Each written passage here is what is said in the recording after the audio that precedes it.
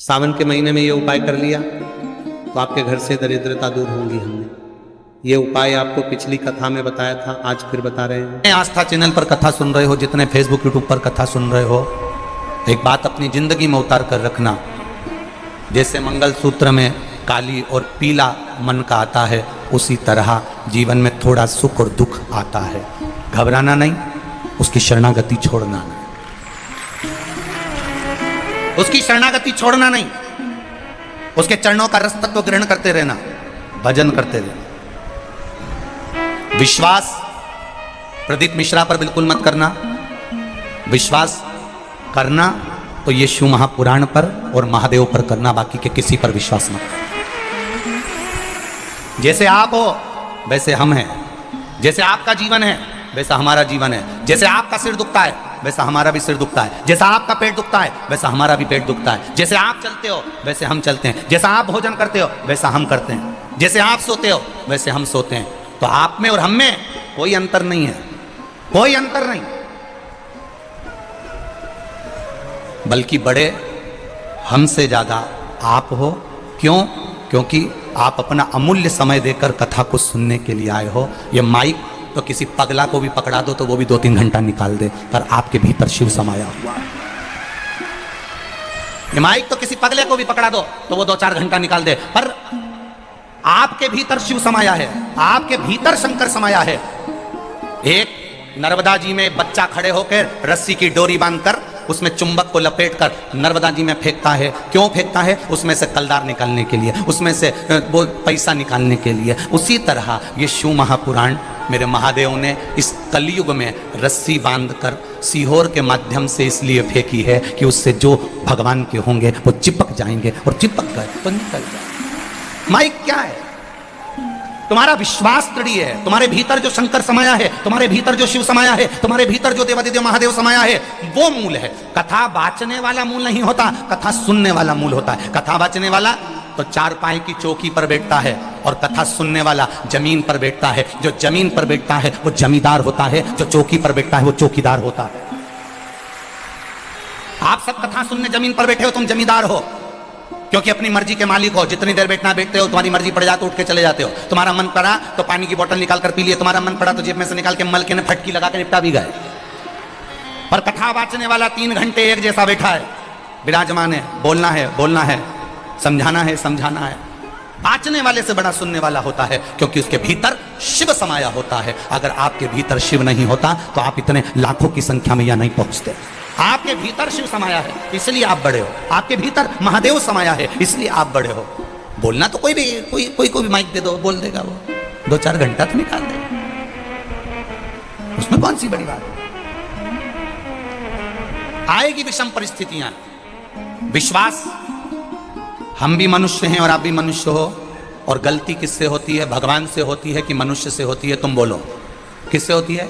मनुष्य से होती है। इसलिए मानव पर विश्वास मत करना, पर महादेव पर विश्वास करना कि वो डिगने नहीं देगा, तुम्हें डूबने नहीं देगा, पकड़ कर रखेगा वो हाथ। जिस हाथ से मेरे घर के बच्चों ने, जिस हाथ से मेरी भारत भूमि के छोटे से छोटे बच्चे ने, छोटे से छोटे बच्चे ने, और बड़े से बड़े बूढ़े से बुजुर्ग व्यक्ति ने, जिन हाथ से, जिन बहुओं ने, जिन बेटों ने, जिन पतियों ने, जिन पत्नियों ने, जिन बेटों ने, जिन बेटियों ने, जिन हाथ से महादेव को जल चढ़ाया है, वो हाथ मेरा महादेव पहचानता है और उसको पकड़ कर रखता है, उसको डूबने नहीं दे सकता है। पकड़ कर रखता है वो महादेव, डूबने नहीं देगा।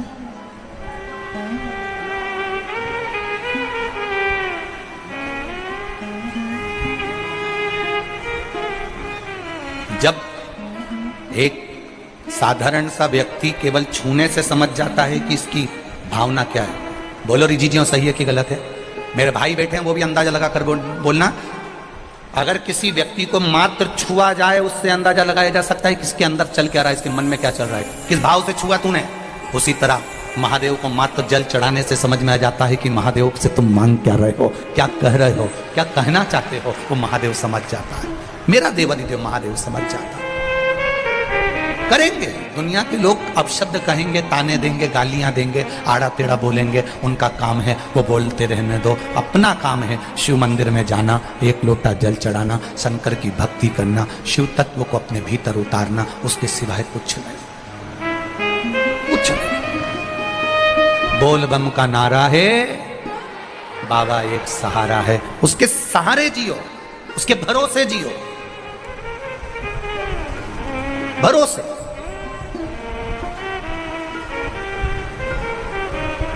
जब किसी का एक्सीडेंट होता है, घर के लोग उसके साथ में नहीं होते, अकेला पड़ा होता है, अकेला।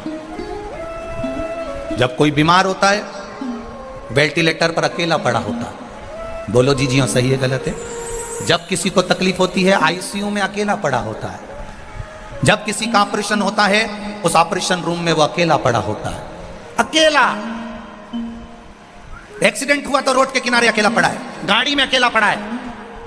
बीमार हुआ तो वेंटिलेटर पर अकेला पड़ा है, बीमार हुआ तो आईसीयू में अकेला पड़ा है। ऑपरेशन हो रहा है तो ऑपरेशन के थिएटर में अकेला पड़ा हुआ है।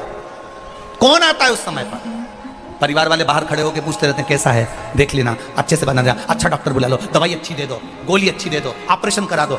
घर के लोग पैसा लगा सकते हैं, घर के लोग अच्छी दवाई दे सकते हैं, घर के लोग तुम्हारी सेवा कर सकते हैं, पर अंत समय में, दुख की घड़ी में, उस वेंटिलेटर पर, उस एक्सीडेंट की जगह पर, उस आईसीयू में और उस दुख की घड़ी में सब फोन जरूर लगाएंगे, सब लगेगा ये मेरे साथ खड़े हैं, और उस दुख की घड़ी में तुम्हारा साथ केवल तुमने जो शंकर जी को एक लोटा जल चढ़ाया है, बेलपत्री चढ़ाई है, वो सामने खड़ा है। वो अकेला मिलेगा, अकेला।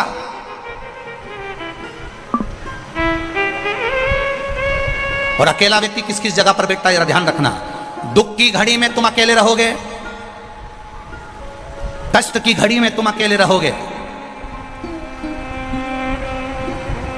और जब ये अकेलापन दुख की घड़ी से जब छूटोगे, किसी राज सिंहासन पर, किसी राजा के सिंहासन पर, कभी तुमने सुना था कि दो महाराज एक साथ बैठे? अरे बोलो तो जम के, किसी का सुना हो तो बता देना कि एक सिंहासन पे दो राजा बैठे हो। कहीं नहीं होता, एक सिंहासन पर एक ही राजा बैठता है, जो दुख की घड़ी में अकेला ठोकर खाकर भी आगे बढ़ना जानता है, वो एक दिन सिंहासन पर बैठना भी जानता है, अकेले।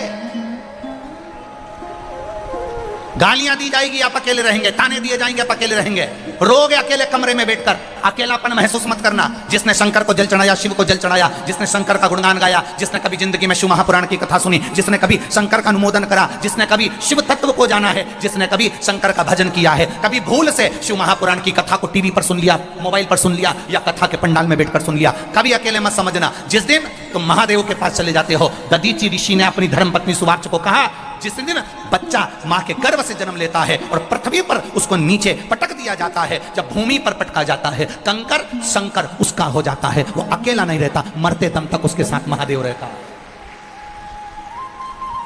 मरते दम तक उसके साथ महादेव रहता है। महादेव एक क्षण के लिए भी अपने बच्चों को, महादेव अपने बच्चों को, अपनी संतान को, अपनी औलाद को, मेरा महादेव एक क्षण के लिए भी अकेला नहीं छोड़ता। हर क्षण हर पल वो आपके साथ है। बस अनुभव करिए, अनुभव। एक लड़का बचपन में अपने पिताजी के साथ अपने गांव जाता था, ट्रेन में बैठकर। पिताजी उसको ले जाते, दादा दादी से मिला कर ले आते। बच्चा बड़ा हो गया। बच्चे ने कहा, पिताजी आप अब की बार गांव नहीं जा रहे? पिताजी बोले, अब हम गांव नहीं जा रहे। बच्चा कहने लगा, नहीं पापा, पिताजी मुझे गांव जाना है।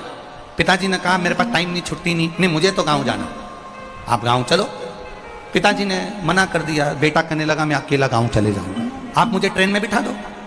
पिताजी ने एक पर्ची लिखी, पर्ची लिख के उसको फोल्ड कर मोड़ कर पिताजी ने वो पर्ची बेटे के जेब में रख दी और बेटे को टिकट दिलाकर ट्रेन में बिठा दिया। ट्रेन में बिठाया, ट्रेन चल दी। 25-50 किलोमीटर दूर तक ट्रेन चली। बच्चा अकेला बैठा हुआ, पहली बार घर से अकेला निकला था, अकेला पहली बार निकला, ट्रेन में बैठा। थोड़ी सी घबराहट हो रही थी उसको, पहली बार अकेला जा रहा, अकेला पहली बार जा रहा। बच्चे को थोड़ा सा डर लगा, कोई पुलिस वाले निकल कर गए, डर लगा, कोई टीसी निकल कर गया, डर लगा, किसी ने कहा ये सीट छोड़ो, अगली सीट पर बैठो, उसको डर लगा। बच्चा जब अंदर से घबराने लगा, तब उसने पर्ची निकाली। उस पर्ची को निकाल कर पढ़ा तो उसमें लिखा था, बेटा चिंता मत करना, पीछे वाले डब्बे में मैं बैठा हूं, तू आराम से चलना।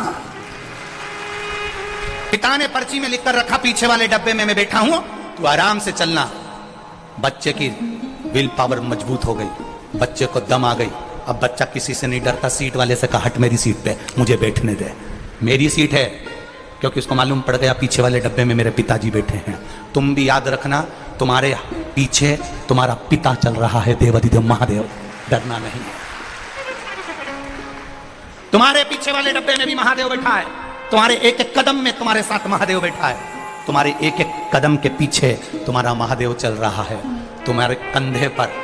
कभी कभी चलते चलते चलते चलते कभी मंदिर में आराधना कर रहे हो, कभी शिव महापुराण की कथा सुन रहे हो, कभी टीवी के सामने मोबाइल के सामने कथा सुन रहे हो, अचानक कथा सुनते सुनते तुमको ऐसा लगे कि मेरे पीछे से कोई निकल कर गया। कभी कभी तुम्हारे साथ हुआ होगा, मंदिर में पूजन करते करते ऐसा लगा कि कोई मुझे देख रहा है, कभी कभी पूजन करते करते ऐसा अनुभव हुआ होगा कि